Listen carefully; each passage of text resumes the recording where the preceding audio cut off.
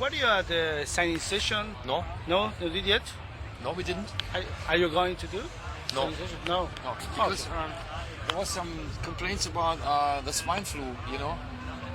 Yeah, the swine flu, which is around Germany, and it went up to 500% of last week. And everybody said, not the singers at all, because they have to sing on stage. They say it doesn't make sense, because when we'll be there with only 4 people, and the singer is not there, so it's better to cancel everything, because then the people are complaining about, the singer is bad, because they don't want to sign things and stuff. So we say no. How special is for a German singer, guitar like you, to play at Wacken, the biggest festival in the world? Yeah, it's very important, because we're playing the 3rd time right now here. The first time I think it was 1999, the second time 2005, and now it's the 3rd time. I mean, as you said, it's the biggest European metal festival. So it's fun. The people are cool. It doesn't matter for them if you're playing melodic kind of hard rock or the more heavier stuff. When the audience is into it, they are partying all the time, and that's great. This is the general culture in Germany about metal. People can listen to every kind of style music and enjoy it. Yes, that's perfect, because it's not only this festival is not only focused on one special direction of music. You can listen to every kind of stuff. It's for everybody. It's something there, and that's great. Mm-hmm. If you played in the first time in 1989, there have been a lot of changes. Yes. To nowadays. It was much smaller. I think, as far as I remember, in 99 there was 25,000 people. And now it's up to, I don't know, 75, 80, 80, 90, 120, 150, I don't know. So a lot of people there. So what happened in Germany that it just blow up? Because, when they started, the guys from Wacken, it was like, oh, this is new. The people getting used to it right now, because it grows and grows and grows every year. And the people are talking about with their friends and say, wow, it was a great atmosphere there, great experience, because it was very cool, organized and stuff. And then most of the guys said, okay, next year we will join you and we go together and stuff. So it grows bigger and bigger.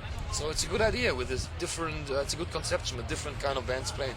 Mm-hmm. One of the things I most like of AXEL RUDI PELL is that you are not a guitar band, but it sounds like a whole band, not like a project. That's right. Does it feel the same way for you? Yeah, absolutely. Because I don't see myself as a guitar hero or anything, because I'm just a regular guitar player who is probably able to write good songs, and which is most important for myself, to have a good song instead of having a good guitar solo and a song built around it. That's stupid in my opinion, The song is the main important thing, and then I have to play a solo. Oh, plane? Hopefully Crash is not here. He's doing like. So the most important thing is a good song and a good melody and a good structure, and of course it has to be a good guitar solo in there, but it's not the main important thing. Mm-hmm. And which is the best song or the song you enjoy the most of your latest album? Of my latest album?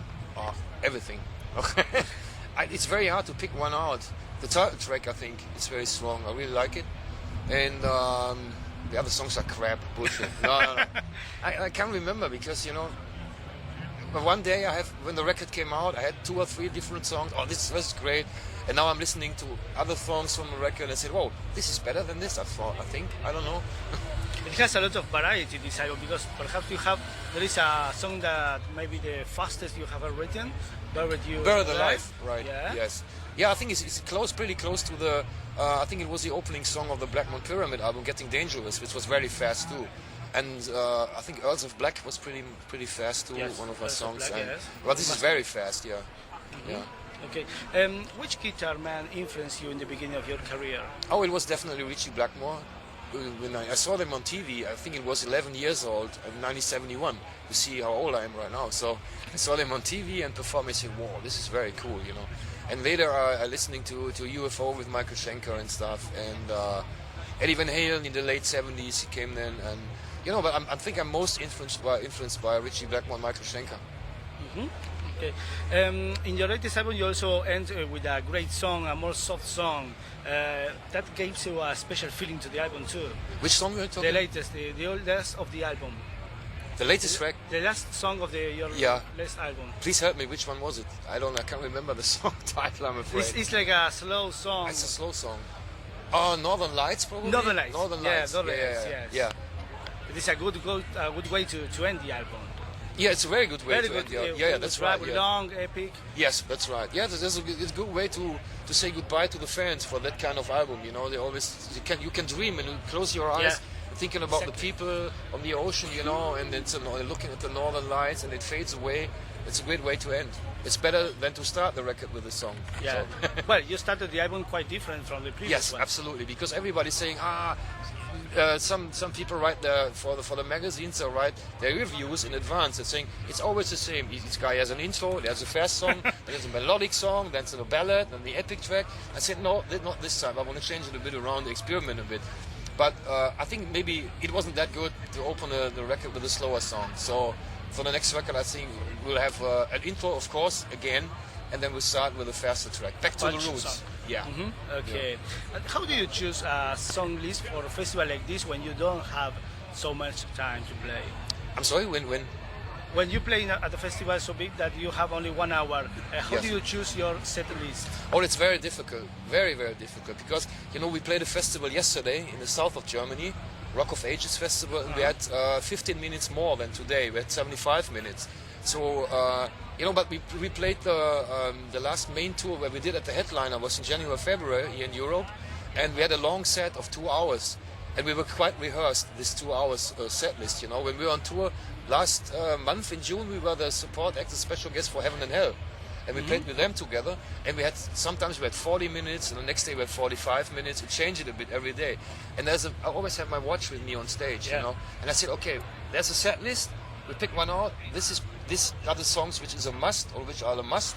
And then we say, okay, there's a jam part in there. I look at the watch, and sometimes I give to all my other musicians, I give them signs. You know, it's like, hurry up, and then this means cut because the time is over, you know. And everybody looks at me and say, okay. And when time is over, it's over. German rule. Yeah, when it's over, because they cut the PA will be cut. So we have to be exactly on time. That's what happening with the Heaven and Hell guys too, you know, when we played. And the first time that American band, you know, American crew, and they say, these fucking Germans, they're playing longer. They're playing longer, we know that they're playing longer. And we finished exactly on the second. You know, they were shortly after, but nothing happened. I said, oh, you're great, thank you. So how was being the supporter of Heaven and Hell? Oh, it was very cool. I know Ronnie James Dio for a long time right now, and every time we meet, you know, the first time we meet on this tour was Ronnie saw me and said, Axel, let me hug you, my son. He said, my son too. You know, he said, come on, my son. Yeah, he hugged me. And we had some drinks and stuff all the time. I talked to him personally for 2.5 hours in Berlin after the show. You know, it was really cool. Yeah, he's a gentleman. He's a very gentleman. He's a very smart guy. I think he's one of the nicest artists in the whole rock and roll world. You know, yeah, absolutely great guy.